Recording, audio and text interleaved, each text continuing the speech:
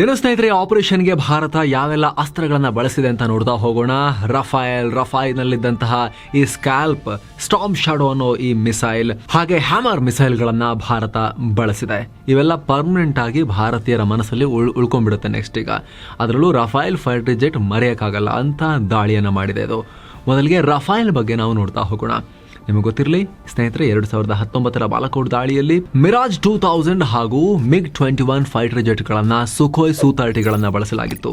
ಈ ದಾಳಿಯಲ್ಲಿ ನಾವು ಬಾಲಕೋಟ್ ಮೇಲೆ ದಾಳಿ ಮಾಡಿದ ಬಳಿಕ, ಇಂಟರ್ನ್ಯಾಷನಲ್ ಬಾರ್ಡರ್ ದಾಟಿ ಬಾಲಕೋಟ್ನಲ್ಲಿ ದಾಳಿ ಮಾಡಿದ ಬಳಿಕ ನೆಕ್ಸ್ಟ್ ಪ್ರತಿದಾಳಿ ಮಾಡೋಕೆ ಅಂತ ಪಾಕ್ ನಮ್ಮ ಏರ್ ಸ್ಪೇಸ್ಗೆ ವಾಯುಪಡೆಯನ್ನ ತಗೊಂಡು ಬಂದಾಗ ಅವರ F-16 ಮತ್ತು ನಮ್ಮ MiG-21 ನಡುವೆ ಕಾಳಗಾಗಿ ಅವರ ಒಂದು F-16 ಬಿದ್ದಿತ್ತು, ನಮ್ಮ MiG-21 ಬೈಸನ್ ಕೂಡ ಬಿದ್ದಿತ್ತು. ನಮ್ಮ ಅಭಿನಂದನ್ ವರ್ಧಮಾನ್ ಎಜೆಕ್ಟ್ ಆಗಿ ಆಗ ಪಾಕಿಸ್ತಾನದಲ್ಲಿ ಲ್ಯಾಂಡ್ ಆಗೋ ಪರಿಸ್ಥಿತಿ ಬಂದಿತ್ತು. ಆ ಸಂದರ್ಭದಲ್ಲಿ ನಮಗೆ ನೆಕ್ಸ್ಟ್ ಜನರೇಷನ್ ಫೈಟರ್ ಜೆಟ್ನ ಅವಶ್ಯಕತೆ ಸ್ಪಷ್ಟವಾಗಿ ಕಂಡು ಬಂದಿತ್ತು. ಆಗ ನಮ್ಮ ಸೇನೆ ಫ್ರಾನ್ಸ್ ಕಡೆಗೆ, ದಸೋ ಕಡೆಗೆ ತಿರುಗಿದ್ರು. ರಫೈಲ್ ಆಲ್ರೆಡಿ ಇವರ ಮೈಂಡಲ್ಲಿತ್ತು, ಅವುಗಳನ್ನು ಬೇಗ ನಾವು ಖರೀದಿ ಮಾಡಿದ್ವಿ. 36 ರಫೈಲ್ ಜೆಟ್ ಖರೀದಿಗೆ ಭಾರತ ಡೀಲ್ ಮಾಡಿಕೊಂಡಿತ್ತು. ಬಾಲಕೋಟ್ ದಾಳಿ ನಡೆದ ಅದೇ ವರ್ಷ 2019 ಅಕ್ಟೋಬರ್ನಲ್ಲಿ ಬಾಲಕೋಟ್ ದಾಳಿ ನಡೆದ 8 ತಿಂಗಳಿಗೆ ಮೊದಲ ರಫೈಲ್ ಜೆಟ್ ಭಾರತದಲ್ಲಿ ಲ್ಯಾಂಡ್ ಕೂಡ ಆಗಿತ್ತು. ಇದಾಗಿ 5 ವರ್ಷದಲ್ಲೇ ಶತ್ರುಗಳ ವಿರುದ್ಧ ಇದು ಕಾದಾಡಿದೆ. ಮೇ 7, 2025 ಆ ದಿನ ಆರಂಭ ಆಗುತ್ತಲ್ಲ, 12 ಗಂಟೆ ರಾತ್ರಿಯಿಂದ 1:15 ವೇಳೆಗೆ 1:44 AM ಆ ಟೈಮ್ನಲ್ಲಿ ಭಾರತ ಪಾಕಿಸ್ತಾನಕ್ಕೆ ಸ್ಟ್ರೈಕ್ ಮಾಡಿದೆ. ಅಂದ ಹಾಗೆ ಸ್ನೇಹಿತರೆ, ರಫೈಲ್ 4.5 ಜನರೇಷನ್ನ ಮಲ್ಟಿ ರೋಲ್ ಡಬಲ್ ಗುಂಡಿಗೆ, ಅಂದರೆ ಡಬಲ್ ಎಂಜಿನ್ ಅಥವಾ twin engine fighter jet, top speed 1.8 ಮ್ಯಾಕ್ ಅಥವಾ ಗಂಟೆಗೆ 2222 ಕಿಲೋಮೀಟರ್ ವೇಗ, ರೇಂಜ್ 3700 ಕಿಲೋಮೀಟರ್, ಪಾಕಿಸ್ತಾನದ ಅಡಿಯಿಂದ ಮುಡಿವರೆಗೆ ಒಂದ್ಸಲ ಹೋಗಿ ಡಮ್ ಅನ್ಸಿ ಬರ್ಬೋದು. 50,000 ಅಡಿ ಎತ್ತರದಲ್ಲೂ ಹಾರಾಟ ನಡೆಸೋ ಸಾಮರ್ಥ್ಯ ಇದೆ. 9 ಟನ್ ತೂಕದ ಪೆಲೋಡನ್ನು ಹೊತ್ಕೊಂಡು ಹೋಗೋ ಕೆಪಾಸಿಟಿ ಹೊಂದಿದೆ. RBE-2AA ಅನ್ನೋ ರೆಡಾರ್ ಸಿಸ್ಟಮ್ ಅನ್ನು ಹೊಂದಿದೆ. ಸ್ಪೆಕ್ಟ್ರಾ ಅನ್ನೋ ಎಲೆಕ್ಟ್ರಾನಿಕ್ ವಾರ್ಫೇರ್ ಸಿಸ್ಟಮ್ ಇದೆ. ಇದು ಮೋಸ್ಟ್ ಅಡ್ವಾನ್ಸ್ಡ್. ಇದು ಇನ್ಫ್ರಾರೆಡ್ ಕ್ಯಾಮೆರಾ ಬಳಸಿ ಸರ್ಚ್ ಆಪರೇಷನ್ ಮಾಡುತ್ತೆ, ಗುರಿಗಳನ್ನ ಟ್ರ್ಯಾಕ್ ಮಾಡುತ್ತೆ. ಹೆಲ್ಮೆಟ್ ಮೌಂಟೆಡ್ ಡಿಸ್ಪ್ಲೇ ಇದೆ, ಅಂದ್ರೆ ರಫೈಲ್ ಓಡಿಸೋ ಪೈಲಟ್ ಹೆಲ್ಮೆಟ್ ನಲ್ಲೇ ಎಲ್ಲ ಮಾಹಿತಿ ಸಿಗುತ್ತೆ. ಇದು ಇಸ್ರೇಲ್ದು. ಕೋಲ್ಡ್ ಸ್ಟಾರ್ಟ್ ಕೇಪಬಿಲಿಟೀಸ್ ಇವೆ, ಅಂದ್ರೆ ಲೇನ್ ಅಂತ ಹೈ ಆಲ್ಟಿಟ್ಯೂಡ್, ಬಹಳ ತಣ್ಣಗಿರೋ ಜಾಗಗಳಿಂದಲೂ ಕೂಡ ಆಪರೇಷನ್ ಲಾಂಚ್ ಮಾಡಬಹುದು. ಲೋ ಬ್ಯಾಂಡ್ ಜಾಮರ್ಗಳಿವೆ, ಅಂದ್ರೆ ಒಂದಷ್ಟು ಸ್ಟೆಲ್ತ್ ಕೇಪಬಿಲಿಟೀಸ್ ಇವೆ. ವೈರಿ ರೆಡಾರ್ಗಳಿಗೆ ಅಷ್ಟು ಈಸಿಯಾಗಿ ಸಿಗೋದಿಲ್ಲ.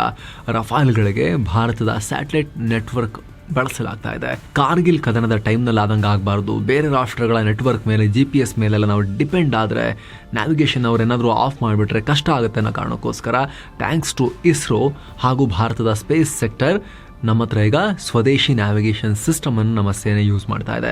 ಇದರಲ್ಲಿ ಫ್ರಾನ್ಸ್ ನಿರ್ಮಿತ ಆಯುಧಗಳನ್ನು ಬಿಟ್ಟು ಭಾರತದ ಬ್ರಹ್ಮೋಸ್ ಅಸ್ತ್ರ ಮಿಸೈಲ್ಗಳನ್ನು ಕೂಡ ಫೈರ್ ಮಾಡ್ಬೋದು. ಒಟ್ಟು 36 ರಫೈಲ್ ಜೆಟ್ಗಳು ನಮ್ಮ ಹತ್ರ ಇದ್ದಾವೆ. 28 ಸಿಂಗಲ್ ಸೀಟ್, 8 ಡ್ಯುಯಲ್ ಸೀಟ್ ಏರ್ಕ್ರಾಫ್ಟ್ಗಳು. ಒಂದು ಸ್ಕ್ವಾಡ್ರನ್ ಹೆಸರು ಗೋಲ್ಡನ್ ಆರೋಸ್, ಹರಿಯಾಣದ ಅಂಬಾಲಾ ಏರ್ಫೋರ್ಸ್ ಸ್ಟೇಷನ್ ಅಲ್ಲಿದೆ. ಎರಡನೇದು ಫಾಲ್ಕನ್ಸ್ ಅಂತ ಪಶ್ಚಿಮ ಬಂಗಾಳದ ಹಶುಮಾರ ಏರ್ಫೋರ್ಸ್ ಸ್ಟೇಷನ್ನಲ್ಲಿ ಅವುಗಳನ್ನು ಇಡಲಾಗಿದೆ. ಇತ್ತೀಚೆಗೆ ಇಂಡಿಯನ್ ಏರ್ಫೋರ್ಸ್ ಆಪರೇಷನ್ ಆಕ್ರಮಣ ಎಕ್ಸರ್ಸೈಸ್ ಮಾಡಿದ್ದು ನಿಮಗೆ ಗೊತ್ತಿರಬಹುದು. ಪಹಲ್ಗಾಮ್ ದಾಳಿ ನಂತರ ರಫೈಲ್ಗಳನ್ನು ಅವುಗಳ ಬೇಸ್ನಿಂದ ಆಪರೇಷನ್ಗೆ ಸೂಕ್ತ ಆಗೋ ರೀತಿಯಲ್ಲಿ ಮೂವ್ ಮಾಡಿದ್ರು.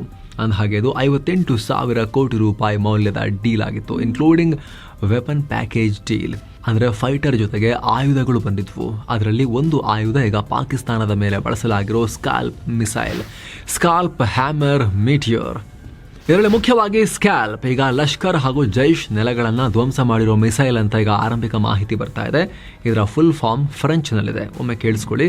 ಸಿಸ್ಟಮ್ ಡೆ ಕ್ರೂಸರ್ ಆಟೋನೊಮೆ ಎ ಲಾಂಗ್ ಫೋರ್ಟೆ ಅಂತ, ಇಂಗ್ಲಿಷ್ನಲ್ಲಿ long range autonomous cruise missile system. ಇದಕ್ಕೆ ಇನ್ನೊಂದು ಹೆಸರಿದೆ, ಸ್ಟಾರ್ಮ್ ಶಾಡೋ ಅಂತ. ಇದು ಲಾಂಗ್ ರೇಂಜ್ ಸ್ಟೆಲ್ತ್ ಮಿಸೈಲ್ ಕೂಡ ಹೌದು. ಇದು ಪಾಕಿಸ್ತಾನದ ರೆಡಾರ್ ಕಣ್ಣಿಗೆ ಬೀಳಲ್ಲ.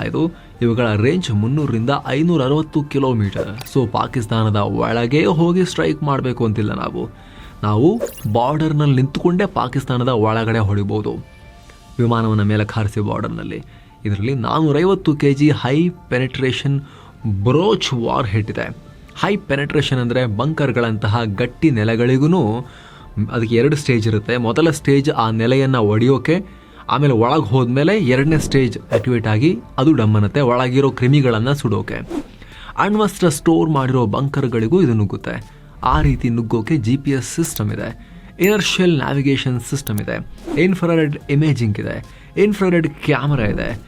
ಅದರಿಂದ ಈ ದಾಳಿಯ ಫುಟೇಜನ್ನು ನೇರವಾಗಿ ತನ್ನ ಕಮಾಂಡ್ ಸೆಂಟರ್ಗೆ ಕಳಿಸ್ತಾನೆ ಇದು ಹೋಗ್ತಾ ಇರುತ್ತೆ. ಹೊಡೆಯೋ ತನಕ, ಬ್ಲಾಸ್ಟ್ ಆಗೋ ತನಕ ಕೂಡ ಇಮೇಜಸ್ ಕಳಿಸ್ತಾ ಇರುತ್ತೆ.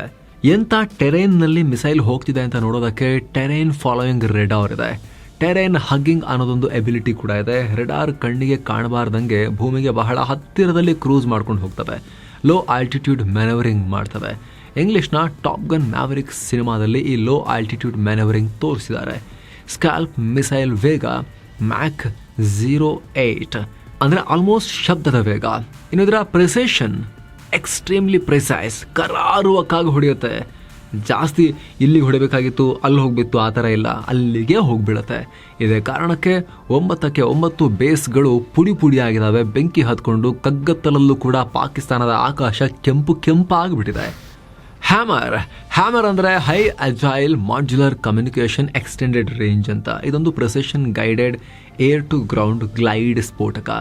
ರೇಂಜ್ 20ರಿಂದ 70 ಕಿಲೋಮೀಟರ್. ಇದರಲ್ಲೂ GPS ಹಾಗೂ ಇನರ್ಷಿಯಲ್ ನ್ಯಾವಿಗೇಷನ್ ಸಿಸ್ಟಮ್ ಇದೆ. ಅದರ ಸಹಾಯದಿಂದ ಗುರಿಯಿಟ್ಟ ಜಾಗಕ್ಕೆ ಆಕ್ಯುರೇಟ್ ಆಗಿ ಹೋಗಿ ಹೊಡೆಯುತ್ತೆ. ಮೂವಿಂಗ್ ಟಾರ್ಗೆಟ್ಗಳು ಅಂದರೆ ವಾಹನಗಳ ಮೇಲೂ ಇದನ್ನು ಬಳಸ್ಬೋದು. ಫಾಲೋ ಮಾಡಿ ಹೊಡಿತವೆ. ಅದರಲ್ಲೂ ಅರ್ಬನ್ ಟಾರ್ಗೆಟ್ಗಳ ಮೇಲೆ. ಜೈಷ್ ಹೆಡ್ ಕ್ವಾರ್ಟರ್ ಇದ್ದ ಬಹವಲ್ಪುರ್ನಂಥ ನಗರ ಪ್ರದೇಶಗಳಲ್ಲಿ ಟಾರ್ಗೆಟ್ ಮಾಡಿ ಬೇರೆ ಡ್ಯಾಮೇಜ್ ಆಗದಿರಂಗೆ, ನಾಗರಿಕರಿಗೆ ಡ್ಯಾಮೇಜ್ ಆಗದಿರಂಗೆ ಯಾರಿಗೆ ಹೊಡಿಬೇಕು ಅವರಿಗೆ ಮಾತ್ರ ಹೊಡೆಯೋಕೆ ಇದು ಸೂಕ್ತ. ಇದೇ ಕಾರಣಕ್ಕೆ ಹ್ಯಾಮರ್ ಬಳಸಿ, ಈ ಉಕ್ಕಿನ ಸುತ್ತಿಗೆಯನ್ನು ಬಳಸಿ ಪಾಕಿಸ್ತಾನದ ಬುರುಡೆಗೆ ಉಗ್ರರ ಈ ತಲೆಗೆ ಕೊಡಲಾಗಿದೆ. ಇಂಟ್ರೆಸ್ಟಿಂಗ್ ವಿಚಾರ ಅಂದರೆ ಚೀನಾ ಜೊತೆಗೆ ಗಲ್ವಾನ್ ಸಂಘರ್ಷ ಹೆಚ್ಚಾಗಿದ್ದ ಟೈಮ್ನಲ್ಲಿ ಭಾರತ ಅರ್ಜೆಂಟಲ್ಲಿ ಅವುಗಳನ್ನು ತರಿಸ್ಕೊಂಡಿತ್ತು. ಈಗ ಪಾಕಿಗಳ ಮೇಲೆ ಉಪಯೋಗಕ್ಕೆ ಬಂದಿದೆ. ಮೇಟಿಯರ್ ಇದು ಯುರೋಪ್ನ ಇಂಪಾರ್ಟೆಂಟ್ BVR ಮಿಸೈಲ್ಗಳಲ್ಲಿ ಒಂದು.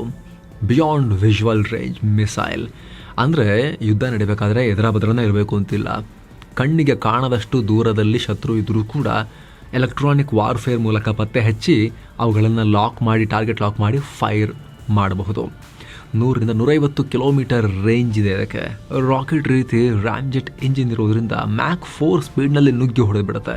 ಇದು ಲಾಂಚ್ ಆದರೆ ವೈರಿ ಏರ್ಕ್ರಾಫ್ಟ್ಗಳಿಗೆ ನೋ ಎಸ್ಕೇಪ್ ಝೋನ್ ಕ್ರಿಯೇಟ್ ಆಗುತ್ತೆ. ತಪ್ಪಿಸ್ಕೊಳ್ಳೋಕ್ಕೆ ಅವಕಾಶನೇ ಇರೋದಿಲ್ಲ. ಏರ್ ಸ್ಪೇಸನ್ನು ಡಾಮಿನೇಟ್ ಮಾಡೋಕ್ಕೆ ಅಂತಲೇ ಮೀಟಿಯೋರ್ ಇರೋದು ರಫೈಲ್ನಲ್ಲಿ. ಪಾಕಿಸ್ತಾನ ಹಾಗೂ ಚೀನಾದಲ್ಲೂ ಮೀಟಿಯೋರ್ ಮ್ಯಾಚ್ ಮಾಡೋ ಮಿಸೈಲೇ ಇಲ್ಲ. ಇದು ಕೂಡ ರಫೈಲ್ನಲ್ಲಿತ್ತು. ಆದರೆ ಈ ಆಪರೇಷನ್ನಲ್ಲಿ ಅದು ಬಳಸಲಾಗಿದೆಯಾ, ಶತ್ರು ಏರ್ಕ್ರಾಫ್ಟ್ಗಳು ಮುಂದೆ ಬಂದ್ವಾ, ಅದು ಇನ್ನಷ್ಟೇ ಸ್ಪಷ್ಟ ಆಗಬೇಕು. ಇದನ್ನು ಬಿಟ್ಟರೆ AASM ಅಂತ ಒಂದು ಮಿಸೈಲ್, ಅದನ್ನು ಕೂಡ ಬಳಸಿದ್ದಾರೆ. ಇದನ್ನು ರಫೈಲ್, ತೇಜಸ್, ಮಿಗ್ ಎಲ್ಲ ವಿಮಾನಗಳಲ್ಲೂ ಯೂಸ್ ಮಾಡ್ಬೋದು. ಇದು 3.1 ಮೀಟರ್ ಉದ್ದ ಇದೆ. 250 kg ಸ್ಫೋಟಕವನ್ನು ಹೊತ್ಕೊಂಡು ಹೋಗೋ ಸಾಮರ್ಥ್ಯ ಇದೆ. ಇದಕ್ಕೆ 70 ಕಿಲೋಮೀಟರ್ಗಿಂತ ಜಾಸ್ತಿ ರೇಂಜ್ ಇದೆ. GPS ನ್ಯಾವಿಗೇಷನ್ ಸಿಸ್ಟಮ್ ಮೂಲಕ ಆಪರೇಟ್ ಆಗುತ್ತೆ. ಅಷ್ಟು ಮಾತ್ರ ಅಲ್ಲ, ಕ್ಯಾಮಿಕಾಜೆ ಡ್ರೋನ್ಗಳನ್ನು ಕೂಡ ಬಳಸಲಾಗಿದೆ. ಅದು ಯಾವುದಂತ ಇನ್ನಷ್ಟೇ ಸ್ಪಷ್ಟ ಆಗಬೇಕು. ಅಂದರೆ ಆತ್ಮಾಹುತಿ ದಾಳಿಕೋರರಂತೆ ವರ್ತಿಸೋ ಡ್ರೋನ್ಗಳು ಹೋಗ್ತವೆ, ನೋಡ್ತವೆ ಶತ್ರು ಎಲ್ಲಿದೆ ಅಂಥೇಳಿ, ಅಲ್ಲೇ ಸುತ್ತುವರಿತವೆ. ಸ್ವಲ್ಪ ಹೊತ್ತು ಸುತ್ತುವರಿದು ನೋಡಿ ಓಕೆ ಕರೆಕ್ಟಾಗಿ ಟಾರ್ಗೆಟ್ನ ಪತ್ತೆ ಹಚ್ಚಿ ಆಮೇಲೆ ಅವೇ ಹೋಗಿ ಬಿದ್ದು ಅದರಲ್ಲಿ ಸ್ಫೋಟಕ ಇರುತ್ತೆ. ತಮ್ಮನ್ನು ತಾವು ಸ್ಯಾಕ್ರಿಫೈಸ್ ಮಾಡಿಕೊಂಡು ಟಾರ್ಗೆಟನ್ನು ಕೂಡ ಧ್ವಂಸ ಮಾಡಿಬಿಡ್ತವೆ. ಆ ರೀತಿ ಡ್ರೋನ್ಗಳನ್ನು ಬಳಸಿರೋ ರಿಪೋರ್ಟ್ಸ್ ಕೂಡ ಬರ್ತಾ ಇದ್ದಾವೆ. ಈ ವಿಚಾರಕ್ಕೆ ಬಂದರೆ ನಮ್ಮ ಹತ್ರ DRDO ನಿರ್ಮಿತ ರುಸ್ತಮ್ 1 ಅಂತ ಇದೆ. ಹಾಗೆ ತಪಸ್ BH-201 ಅಂತ ಇದೆ. ದೃಷ್ಟಿ 10 ಸ್ಟಾರ್ ಲೈನರ್ ಅಂತ ಇದೆ. ಹಾಗೆ ಇಸ್ರೇಲಿ ನಿರ್ಮಿತ IAI ಹೆರಾನ್ ಡ್ರೋನ್ ಇದೆ. ಇದು ಬಲಿಷ್ಠ ಕ್ಯಾಮಿಕಾಜೆ ಡ್ರೋನ್. ಇದು ಇದರಲ್ಲಿ ಯಾವುದನ್ನ ಬಳಸಿ ಹೊಡೆದಿದ್ದಾರೆ ಇನ್ನಷ್ಟೇ ಸ್ಪಷ್ಟ ಆಗಬೇಕು. ಸೇನೆ ಮಾಹಿತಿ ಇನ್ನಷ್ಟೇ ಕೊಡಬೇಕು. ಇವೆಲ್ಲ ಈ ಕ್ಷಣದ ಅಪ್ಡೇಟ್ ಸ್ನೇಹಿತರೆ. ನಿರಂತರವಾಗಿ ಅಪ್ಡೇಟ್ಸ್ ತಲುಪಿಸ್ತಾನೆ ನಿಮಗೆ ಹೋಗುವಂತ ಪ್ರಯತ್ನ ನಾವು ಮಾಡ್ತಾ ಇರ್ತೀವಿ. ನೀವೇನು ಕೂಡ ಸಬ್ಸ್ಕ್ರೈಬ್ ಮಾಡಿಲ್ಲ ಅಂದ್ರೆ ಕೂಡ ಸಬ್ಸ್ಕ್ರೈಬ್ ಮಾಡಿ, ಪಕ್ಕದ ಬೆಲ್ ಐಕಾನ್ ಮೇಲೆ ಕ್ಲಿಕ್ ಮಾಡಿ ಅಂತ ನಿಮ್ಮಲ್ಲಿ ನಮ್ಮ ಮನವಿ. ವೆರಿ ಸೂನ್ ಭಾರತೀಯ ಸೇನೆಯ ಮತ್ತು ನಮ್ಮ ಡಿಫೆನ್ಸ್ನ ಪತ್ರಿಕಾಗೋಷ್ಠಿ ಇದೆ. ಅದರ ಬಗ್ಗೆ ಕೂಡ ನಾವು ನೇರವಾಗಿ ನಿಮಗೆ ಮಾಹಿತಿಯನ್ನು ತಲುಪಿಸುವಂಥ ಪ್ರಯತ್ನವನ್ನು ನಿರಂತರವಾಗಿ ಮಾಡ್ತಾ ಇರ್ತೀವಿ. ಇದು ನಮ್ಮ ಇವತ್ತು ಬೆಳಿಗ್ಗೆನಿಂದ ನಾವು ನಿಮಗೆ ಅಪ್ಡೇಟ್ಸ್ ತಲುಪಿಸುವಂಥ ಪ್ರಯತ್ನ ಮಾಡ್ತಾ ಇದ್ದೀವಲ್ಲ, ಇದು 3ನೇ ರಿಪೋರ್ಟ್. ಈ ಹಿಂದಿನ 2 ರಿಪೋರ್ಟ್ ನೋಡಿಲ್ಲ ಅಂದರೂ ಕೂಡ ಅದು ಇಲ್ಲಿದೆ, ನೀವು ಅದನ್ನು ಚೆಕ್ ಮಾಡಬಹುದು. ಮತ್ತೆ ಭೇಟಿ ಆಗ್ತಿರೋಣ. ನಮಸ್ತೆ.